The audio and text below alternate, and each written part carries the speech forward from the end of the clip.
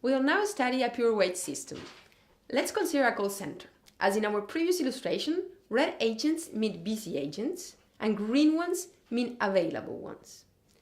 Calls that arrive and find an agent available are served, and calls that arrive and find no available agent are put on hold. We assume that there is an infinite waiting capacity and a finite number of agents. We also assume that there are no retries. To formalize our example, we need to make some assumptions. We will assume that calls arrivals occur according to a Poisson process of an average of lambda calls per unit of time. There are C servers, which correspond to the agents in our call center example. Call durations are exponentially distributed, and on average they last 1/mu units of time. If arriving calls find all agents busy, they are put on hold. The waiting area has infinite capacity. With these assumptions, we can model the system as an MMC-Q. In order to study the system, we proceed as we did before, first drawing the state transition diagram, and later on we will compute the steady-state distribution. We define the states as the number of customers in the system, so we have an infinite number of states.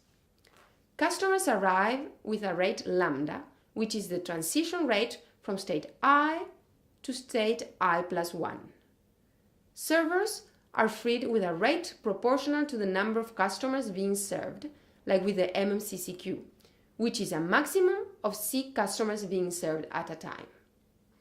In this case, we have infinite states, and the Q will be stable if and only if ρ is smaller than C, which we shall assume holds from now on.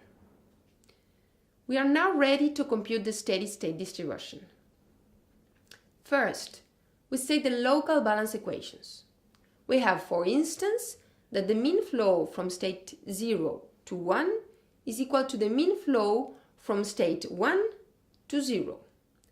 That is, pi 0 lambda is equal to pi 1 mu.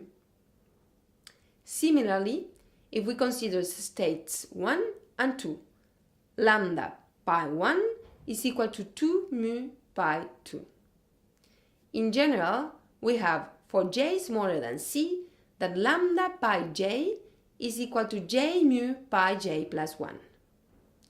For states greater than or equal to c, we have, for instance, pi c lambda equals c mu pi c plus 1. And similarly, if we consider states c plus 1 and c plus 2.